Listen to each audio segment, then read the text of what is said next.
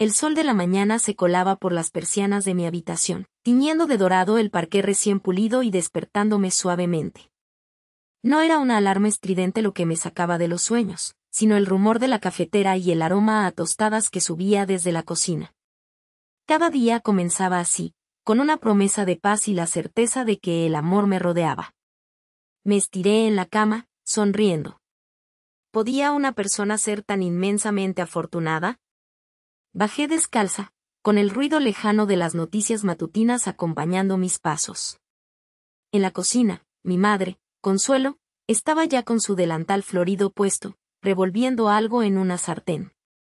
Tenía esa calidez que solo las madres pueden irradiar, una aura de seguridad y dulzura que convertía el desayuno en un ritual sagrado. «Buenos días, mi amor», me dijo, sin siquiera voltear, como si sintiera mi presencia antes de que yo hablara. «Tu favorito, huevos rancheros». Mi padre, Bernardo, estaba sentado a la mesa, ya con el periódico desplegado, pero sus ojos azules brillaron al verme. «Estela, mi estrella mañanera. ¿Has descansado bien? Hoy es un día importante para tu proyecto». Su voz siempre fue mi roca, llena de un apoyo incondicional que me hizo creer que cualquier sueño era posible. Él creía en mí, incluso antes de que yo misma lo hiciera. «Perfectamente, papá», respondí, besando su mejilla y luego la de mamá, que me tendió un plato humeante. «Y sí, tengo una reunión clave. Pero me siento preparada. Y fuerte».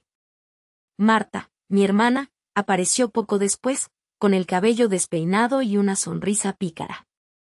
«Huele delicioso». Apuesto que Estela se ha levantado temprano solo por la comida de mamá. «Buenos días, familia». Aunque a veces nos picáramos como solo las hermanas saben hacer, había una complicidad profunda entre nosotras, un lazo inquebrantable forjado en miles de anécdotas compartidas. Ella se sentó a mi lado, dándome un codazo juguetón. «No te olvides de la presentación del cliente hoy. Quiero todos los detalles». Mis padres nos observaban, sus ojos llenos de orgullo y afecto. Era un hogar lleno de risas, de debates animados, de proyectos compartidos. Sentía que estábamos sostenidas por un entramado invisible de amor y confianza, donde cada uno era un pilar para el otro. Más tarde, mientras preparaba mis cosas para el día, recibí un mensaje de Mateo. «Pensando en ti. No olvides nuestra cena esta noche. Tengo algo que contarte». Mateo. Solo leer su nombre me dibujaba una sonrisa. Era mi refugio, mi cómplice, el hombre que no solo me amaba, sino que entendía mis ambiciones y me impulsaba a alcanzarlas. Con él, mi mundo ideal adquiría un nuevo significado, un futuro construido sobre sueños compartidos, la casa con jardín que habíamos estado imaginando, viajes por el mundo, la promesa de una vida plena y acompañada. Él era la pieza que completaba mi felicidad, una que mis padres adoraban con la misma intensidad que yo.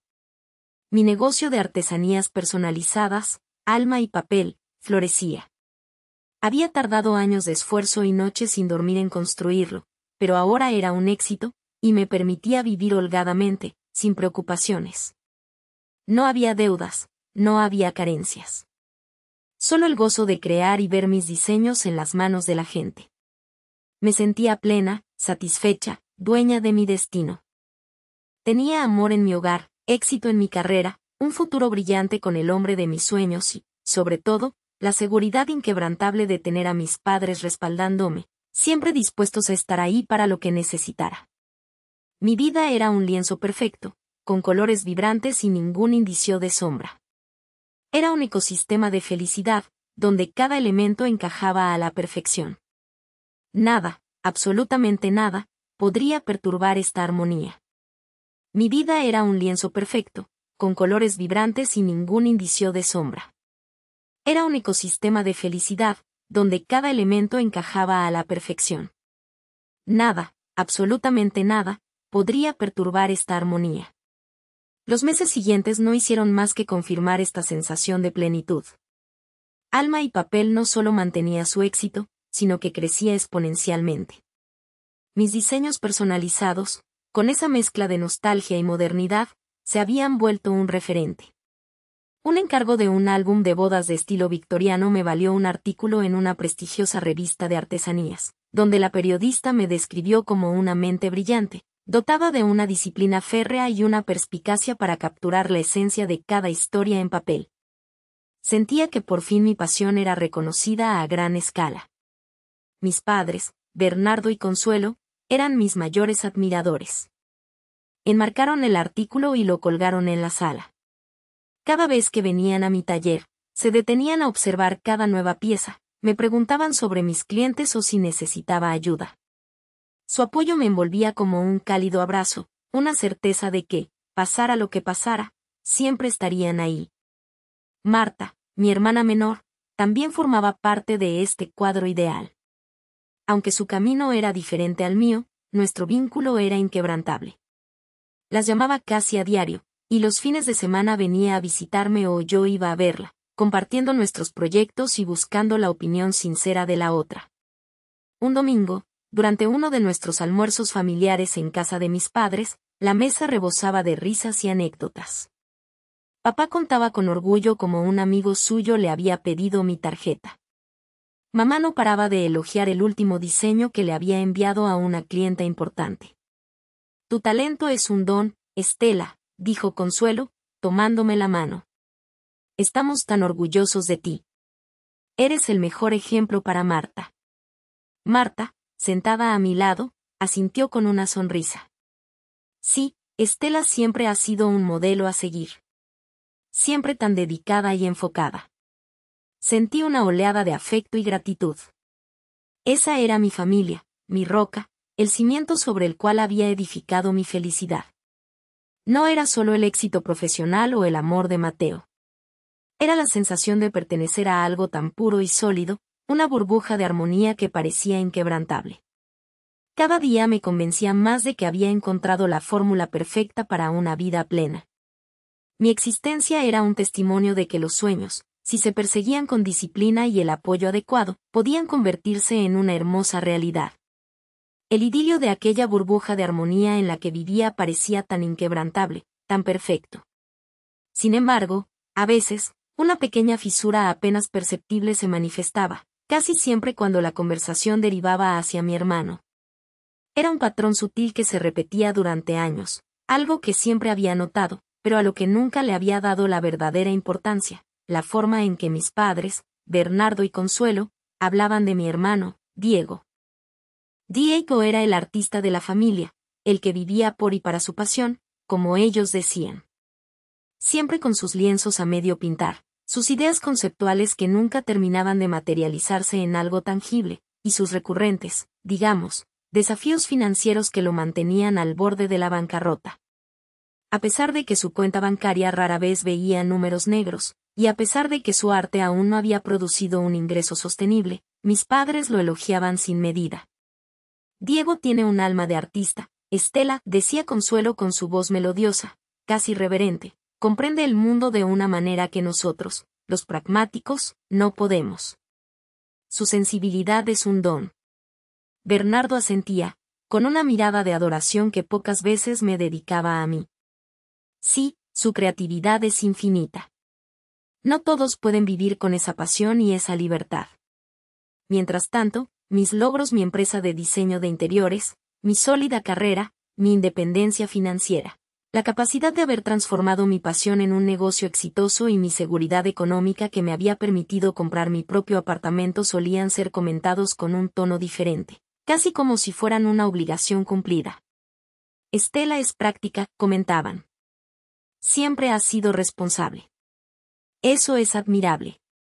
Admirable, sí, pero nunca con la misma chispa de asombro o el orgullo desmedido que adornaba cada mención de los talentos de Diego. Lo atribuía, sin darle demasiadas vueltas, a que, quizás, mis padres veían mi éxito como algo esperado de mí, mientras que Diego era el prodigio incomprendido que necesitaba constantemente su validación y su capital. Nunca me molestó realmente, estaba demasiado ocupada construyendo mi propia vida plena, y su apoyo, aparentemente, nunca había faltado. Pero la vida, como un telón que se alza, a veces revela escenarios inesperados y crueles, disipando las ilusiones más arraigadas. El mercado, caprichoso y volátil, dio un giro brusco, sin previo aviso. Un proyecto clave, en el que había invertido una cantidad significativa de capital y que prometía ser el trampolín para escalar mi empresa a un nuevo nivel de reconocimiento y expansión, se vio impactado por una crisis inesperada en la cadena de suministro global. Los materiales especializados que utilizaba se encarecieron de la noche a la mañana y se volvieron casi imposibles de conseguir a tiempo. La situación exigía una inyección urgente de efectivo, un fondo de emergencia considerable para comprar esos materiales a precios inflados de proveedores alternativos y evitar una penalización contractual masiva que podría desmoronar años de esfuerzo y destruir la confianza de mis clientes. Mi reserva personal era sólida, construida con disciplina, pero no ilimitada, y esta crisis la superaba con creces sin comprometer el capital de trabajo esencial para la operatividad diaria de mi empresa. Con el corazón en un puño, pero confiando en ese apoyo incondicional que siempre me habían prometido, concerté una cita con mis padres. Quería exponerles la situación de forma clara y honesta. Mamá, papá, dije, sentándome frente a ellos en su sala, el mismo lugar donde Consuelo me había tomado la mano semanas atrás y dicho que era su orgullo. Necesito un préstamo. Es una emergencia crítica, pero es para salvar una oportunidad que, si la supero, consolidará mi empresa de una manera increíble y nos impulsará al siguiente nivel. Les expliqué la situación con detalle, la urgencia de mi petición, los montos involucrados y los términos en que pensaba devolverlo, incluso ofreciendo una parte de las ganancias futuras. Consuelo y Bernardo se miraron. Una mirada larga, silenciosa, que no pude descifrar. Mis padres, siempre tan expresivos, adoptaron una seriedad inusual. Luego, mi padre, Bernardo, carraspeó, ajustándose las gafas.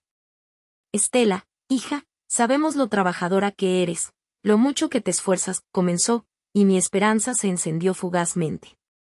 Pero, ahora mismo estamos en una situación un poco ajustada. ¿Lo entiendes, verdad? No es el mejor momento para un desembolso tan grande, querida. Mi corazón dio un vuelco violento. ¿Ajustada?, pregunté, con la voz apenas saliendo. Sabía que sus finanzas siempre habían sido más que cómodas, incluso opulentas. Pensé que quizás había un malentendido, que no había sido suficientemente clara. Es esencial, papá. Mi empresa, mi futuro, dependen de esto. No es un capricho. Consuelo puso una mano reconfortante sobre la de Bernardo, aunque sus ojos no ofrecían el consuelo que buscaba. Su postura era rígida. Hija, hay que ser prudentes. El dinero no crece en los árboles, y nosotros tenemos otras responsabilidades. No podemos asumir riesgos así. Si pides un préstamo bancario, será reconocido tu esfuerzo y tu solvencia, ¿no crees? Es lo más adecuado para una profesional como tú. Las palabras, tan ajenas a la calidez y el apoyo incondicional que siempre me habían brindado, resonaron como un eco hueco en mis oídos. Era un puñetazo en el estómago, un golpe por la espalda asestado por aquellos de quienes menos lo esperaba. Mi roca, mi cimiento, parecía haberse desmoronado en un instante. La burbuja de armonía que creía inquebrantable no estaba rota, la habían pinchado desde dentro, y se desinflaba dolorosamente a mi alrededor. Y lo peor de todo, sentía que su negativa no era por una dificultad económica real, sino por una priorización, una jerarquía invisible que de repente se había vuelto dolorosamente clara. La responsable Estela no era digna de un desembolso, mientras el artista Diego seguía recibiendo un apoyo que nunca tenía que justificar. El eco de la negativa de mis padres aún torturaba mis noches. Mi empresa, mi visión para el futuro, pendía de un hilo, ignorada, reducida a un capricho. Pero lo que sentí entonces, esa punzada de traición y desilusión, palideció hasta casi desaparecer cuando, apenas unas semanas después, el teléfono sonó con una llamada que congeló mi sangre. Era la tía Carmen, con la voz ahogada por las lágrimas. Es la abuela, Estela, sollozó. Ha empeorado. Y esta vez, es muy grave. Mi abuela. No solo mi abuela biológica, sino mi pilar, mi refugio, la persona que me enseñó a abordar los sueños y a luchar por ellos con la misma aguja.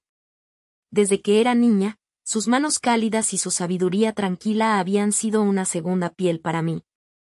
Consuelo, mi madre, siempre fue más distante, más ocupada con las apariencias y las responsabilidades sociales que con la intimidad emocional. Para mí, la abuela era la verdadera madre, el ancla inquebrantable en mi tormentoso mar familiar. Su rara enfermedad cardíaca, crónica y siempre latente, había decidido atacar con una virulencia inesperada. Los médicos locales en España no tenían más opciones. Hablaban de un tratamiento experimental en una clínica de élite en Suiza, algo que costaba una fortuna exorbitante y que requería una movilización inmediata. Es la única oportunidad, Estela, me dijo el doctor Ocampo, con una voz grave que no dejaba lugar a dudas. Pero el tiempo apremia, y el coste es inasumible para una familia promedio. Mi mundo se desmoronó por segunda vez en un mes, pero esta caída fue infinitamente más profunda. No era mi futuro profesional lo que estaba en juego, sino la vida de la persona que más amaba. Mi corazón se retorció con una angustia tan aguda que apenas podía respirar. Mis ahorros, mermados por la inversión inicial en mi empresa y la ausencia del apoyo familiar, eran una gota en el océano de lo que se necesitaba. Solo había una opción, la única tabla de salvación a la que podía aferrarme desesperadamente. El fondo de emergencia familiar. Aquella reserva de liquidez de la que mis padres siempre habían hablado con orgullo, para cualquier eventualidad catastrófica. Una cuenta intocable, dijeron, para salvar vidas o situaciones límite. Si esto no era una situación límite, ¿entonces qué lo era? Tomé aire, un aire frío y doloroso. La idea de volver a enfrentarme a Bernardo y Consuelo, después de su rotunda negativa anterior, era nauseabunda. Temía su juicio, su prudencia mal entendida, su mirada de te lo advertimos. Pero no había alternativa. La vida de la abuela valía cualquier humillación, cualquier rechazo adicional. Los encontré en el salón, inmersos en una conversación trivial sobre las próximas vacaciones. La imagen de su despreocupada comodidad contrastaba brutalmente con el infierno que ardía en mi interior. Papá, mamá, dije, mi voz extrañamente calmada a pesar del temblor en mis manos. Necesito hablar con ustedes. Es sobre la abuela. Los ojos de Consuelo se abrieron ligeramente, revelando un atisbo de preocupación genuina. Bernardo frunció el ceño. Estela, ¿qué ocurre? No estaba mejor. No, papá. Ha empeorado drásticamente. Necesita un tratamiento experimental en Suiza. Es urgente y la única forma de salvarla. Las palabras se ahogaron un poco. Necesitamos el fondo de emergencia. Todo lo que puedan. Es la vida de la abuela. La tensión en la sala se hizo palpable, más densa incluso que cuando expuse mi proyecto. Vi sus miradas cruzarse, un silencio pesado que prometía una agonía lenta. Mi esperanza, frágil como la salud de mi abuela, se aferraba desesperadamente a un hilo. Este no era un negocio, no era un capricho. Era la vida. Y yo estaba a punto de descubrir si para ellos, la vida de mi abuela era, de verdad, una eventualidad catastrófica digna de su legendario fondo. O si esa promesa era, al final, tan hueca como sus palabras de apoyo a la profesional Estela. El abismo se abría de nuevo ante mí, más oscuro y profundo que nunca. El silencio no fue denso, sino helado. No había simpatía, ni siquiera un atisbo de la falsa preocupación que solían simular. Sus miradas, que antes se cruzaban en un tácito acuerdo sobre mis proyectos ambiciosos, ahora se unían en un frente común de impenetrable indiferencia. Bernardo fue el primero en romperlo, su voz sorprendentemente plana. Estela, comenzó, ajustándose las gafas con una lentitud exasperante. Entendemos tu preocupación por la abuela, pero el fondo de emergencia no está disponible en este momento. Mi corazón dio un vuelco doloroso, un eco de la última vez que me habían negado algo con tanta frialdad. Pero, ¿por qué no? Siempre han dicho que es para eventualidades catastróficas. Esto es una catástrofe. Es la vida de la abuela. Consuelo, que había permanecido en silencio, intervino con una tos discreta, su rostro una máscara de pena fingida. Querida, las cosas han cambiado. Hemos tenido unos problemas financieros imprevistos. Realmente complicados. No es tan fácil como crees. Sus ojos esquivaron los míos, fijos en un punto lejano en la pared, como si la verdad estuviera escrita allí. ¿Problemas financieros imprevistos? La ironía me ahogó. Ellos, que siempre alardeaban de su previsión, de su fortuna, ahora citaban problemas imprevistos para negar la vida de su propia madre. La promesa del legendario fondo se desmoronaba ante mis ojos, revelando su insignificancia. ¿Qué pueden ser más importantes que la vida de la abuela? Mi voz tembló, la implacable lógica aún luchando contra la creciente marea de desesperación. Bernardo suspiró, un sonido que denotaba fastidio más que pesar. Mira, Estela, tenemos que ser realistas. La abuela ya ha vivido una vida larga y plena. A veces, hay que aceptar el curso natural de las cosas. El aire se escapó de mis pulmones. ¿Curso natural de las cosas? ¿Estaban diciendo que la diera por muerta? La frase se clavó en mí como un cuchillo, retorciéndose en la herida abierta. No era solo una negativa, era una condena. Era una declaración de que la vida de mi abuela no tenía valor, que simplemente era un gasto insoportable que preferían evitar. La abuela, que les había criado, que había sacrificado todo por ellos, ahora era desechable. Un fuego frío comenzó a encenderse en lo más profundo de mi ser, un contraste desolador con el nudo de desesperación que me oprimía el pecho. Además, continuó Consuelo, con un tono que pretendía ser consolador pero era puramente condescendiente, esto también subraya la importancia de la autonomía financiera, Estela. Si hubieras sido más previsora, más como tu padre, no estaríamos en esta situación. Una mujer adulta debe tener sus propios ahorros para este tipo de eventualidades. Tú, que tanto pregonas tu independencia profesional, ¿por qué no tienes un colchón para algo tan básico como la salud de tu abuela? Cada palabra era un puñal. Mi supuesta irresponsabilidad, mi falta de previsión, mi incapacidad para haber acumulado una fortuna personal de la noche a la mañana, todo fue lanzado sobre mí para justificar su crueldad. La humillación era absoluta. No solo me negaban el fondo, no solo denigraban la vida de mi abuela, sino que me culpaban a mí por su propia avaricia y falta de humanidad. Me quedé allí, de pie, el suelo pareciendo bambolearse bajo mis pies. El salón, antes un lugar de aparente cordialidad familiar, se había transformado en un tribunal helado donde yo era juzgada y sentenciada. Los miré a ambos. No vi preocupación, ni tristeza, ni siquiera la más mínima pizca de arrepentimiento.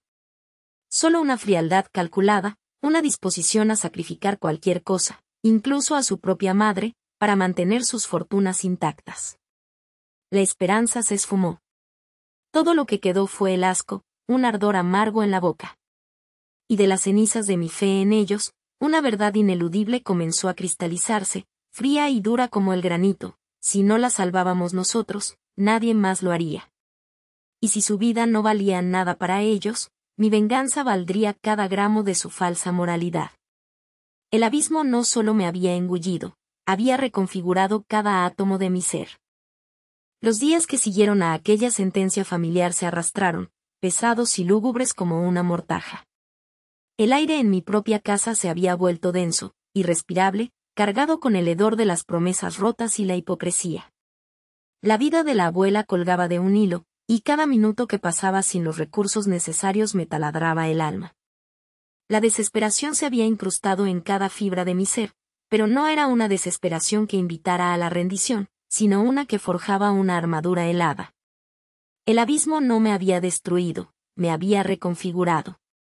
Me encontraba en piloto automático, haciendo lo necesario para encontrar otras vías de financiación, pero sin éxito visible. La sensación de estar sola contra el mundo, contra mi propia sangre, era abrumadora. Las llamadas a Mateo eran mi único salvavidas, su voz un ancla en la tormenta de mi aislamiento. Me escuchaba, paciente, y aunque no tenía soluciones mágicas, su mera presencia era un bálsamo. Apenas unos días después, la ironía macabra del destino o quizás la descarada insolencia de mis padres, se manifestó en una reunión social del barrio. No tenía ganas de ir, pero Consuelo insistió. Su voz azucarada me recordaba que la familia debía mantener las apariencias. Fui, arrastrando los pies y el alma, con la esperanza de que el tedio generalizado me ofreciera un respiro de mi propia miseria. El ambiente era el habitual, sonrisas forzadas, chismes velados y el constante murmullo de la superficialidad. Yo me mantenía en un rincón, observando, sintiéndome ajena a todo. Entonces, mis ojos se posaron en Bernardo y Consuelo. Radiantes. Exultantes. Rodeados de un pequeño grupo de vecinos curiosos, sus caras resplandecían con un orgullo que nunca antes había visto dirigido hacia mí. Consuelo, con su sonrisa perfecta, sostenía la mano de Bernardo, que gesticulaba con entusiasmo. Un escalofrío me recorrió la espalda. Hablaban de oportunidades, de visión de futuro, de apoyo familiar. Me acerqué, atraída por una fuerza magnética, mi instinto de supervivencia alertando cada uno de mis sentidos. Mi corazón latía desbocado mientras me deslizaba lo suficiente para escuchar sus palabras. Sí, es la última aventura de nuestro hijo, dijo Consuelo, su voz alborozada, dirigiéndose a una de las vecinas más entrometidas. ¿No es maravilloso? Siempre supo que tenía el talento, y ahora, con un poco de capital. Bernardo tomó la palabra, hinchando el pecho como un pavo real. Hemos decidido invertir una suma muy considerable. Creemos firmemente en su visión. Es una aplicación de arte digital, ¿no es fascinante? Lo digital es el futuro, y él tiene el pulso de los negocios. Mis oídos zumbaban. ¿La última aventura de Asterisco, mi hermano Asterisco? ¿Una aplicación de arte digital? Mi vista se nubló, pero logré enfocarme en las cifras que Bernardo mencionaba con ligereza, como si hablar de millones fuera tan trivial como el clima. Cada número, cada coma, cada cero, asterisco exactamente la misma cifra asterisco. Era el fondo de emergencia.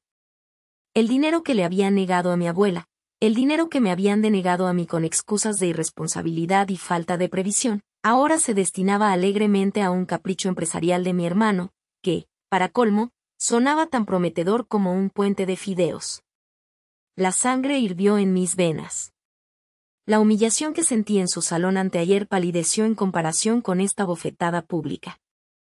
No solo me habían negado la ayuda, no solo habían denigrado la vida de mi abuela, sino que ahora, para colmo de la crueldad, hacían un alarde ostentoso de su supuesta generosidad, invirtiendo ese mismo dinero en una quimera para quedar bien con el barrio. Mi abuela se moría, y ellos financiaban una app de arte digital. Me detuve en seco, clavada en el suelo, mis puños apretados hasta que mis nudillos blanquearon.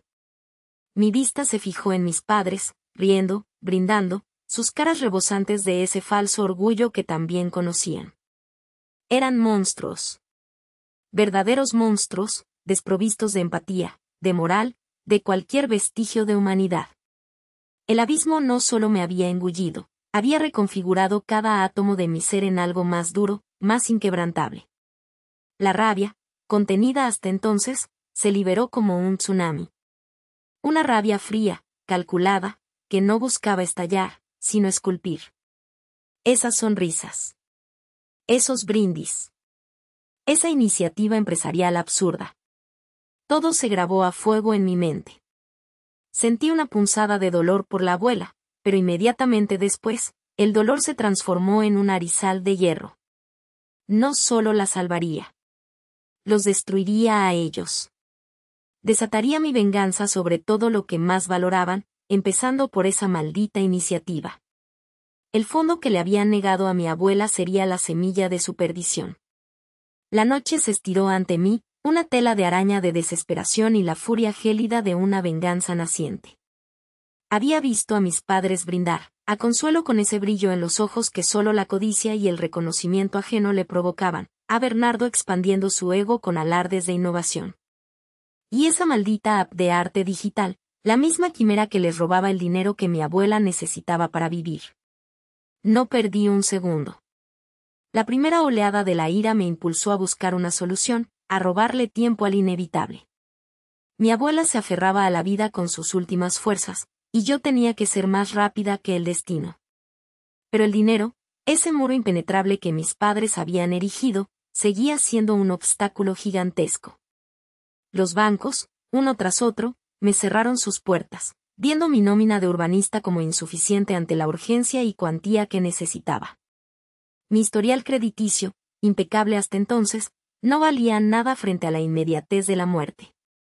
La humillación de la fiesta se cernió sobre mí, pero no para paralizarme, sino para empujarme hacia el abismo. Si los bancos decían que no, habría otras opciones. Opciones que susurraban peligro, que olían a desesperación. Empecé a buscar en los rincones más oscuros de Internet, a enviar mensajes anónimos, a hacer llamadas a números que me hacían sentir un escalofrío en la espalda. Así fue como encontré a los tiburones, a esos prestamistas cuya amabilidad inicial se convertía rápidamente en números obscenos y cláusulas leoninas. Cada firma era una soga que se ajustaba a mi cuello, un peso que se sumaba al ya insoportable. Pero no había elección. La vida de mi abuela no tenía precio. El plan era simple, o al menos así me lo quise creer para salvar un vestigio de mi cordura: trabajar, trabajar y seguir trabajando. Durante el día, me aferraba a mi escritorio en la oficina de urbanismo. Mi trabajo soñado, el que había conseguido con tanto esfuerzo y orgullo, se convirtió en una carga. Mi mente, antes aguda y creativa, ahora estaba dividida, agotada. Mis ojos, fijados en planos y maquetas, veían en realidad números, plazos de pago y el rostro demacrado de mi abuela. Las noches eran peores. Transformé mi pequeño apartamento en una fábrica de subcontratación. Traducciones, diseño gráfico, transcripciones, redacción de textos, cualquier cosa que pagara, por miserable que fuera la tarifa, era bienvenida. Los teclados de mi ordenador se desgastaban bajo mis dedos temblorosos. El café reemplazó la comida, el insomnio se volvió mi compañero más fiel. Mi cuerpo comenzó a protestar, pero yo lo ignoraba. Las ojeras se hundieron, mi piel se volvió pálida y mis músculos dolían en una agonía constante. La ansiedad se convirtió en un nudo permanente en mi estómago, y los ataques de pánico me sorprendían en los momentos más inoportunos, mientras mi jefe me hablaba o mientras intentaba dibujar las líneas perfectas de un proyecto. Me volví irritable, mi concentración era inexistente. Mis colegas, que antes me veían con admiración, comenzaron a mirarme con preocupación, luego con irritación, finalmente, con resentimiento. Mis entregas se retrasaban, mis diseños eran una sombra pálida de mi trabajo anterior, y los errores se acumulaban. Estela, me dijo mi jefe, el señor Ramírez, una tarde, su voz inusualmente grave. Hemos notado un descenso considerable en tu rendimiento. Siempre fuiste de nuestras mejores urbanistas, pero últimamente, bueno, no eres la misma. ¿Hay algo que quieras compartir? Mentí. Inventé una excusa vaga sobre el estrés personal. Él asintió, su mirada escéptica. Me dio un ultimátum velado, y yo asentí, prometiendo mejorar, sabiendo que era una batalla perdida. No podía mejorar, no cuando cada fibra de mi ser estaba dedicada a pagar deudas abusivas y a salvar a mi abuela. El final era inevitable. Un mes después, la cita en la oficina del señor Ramírez fue corta y clínica. No hubo rodeos. Estela, tu rendimiento no ha mejorado. De hecho, ha empeorado. Lamentablemente, no podemos permitirnos esto en nuestros proyectos. Hemos tomado la difícil decisión de prescindir de tus servicios. La noticia me golpeó como un mazazo, pero extrañamente, no sentí sorpresa. Solo un vacío helado. Mi trabajo soñado, mi ancla en la realidad, la única cosa que me recordaba la Estela que una vez fui, se había esfumado. Despedida. Sin ahorros, con deudas monumentales y el tiempo agotándose para mi abuela. Había tocado fondo. El abismo me había devorado por completo. Era como si mis padres no solo me hubieran negado el fondo de emergencia, sino que me hubieran empujado ellos mismos al precipicio, observando cómo caía, mientras ellos brindaban por su hipócrita beneficencia. Esta caída libre no era el final, no. Era la forja de la que saldría el acero de mi venganza. Y ese acero, lo sabía, sería capaz de cortar hasta la sonrisa más amarga.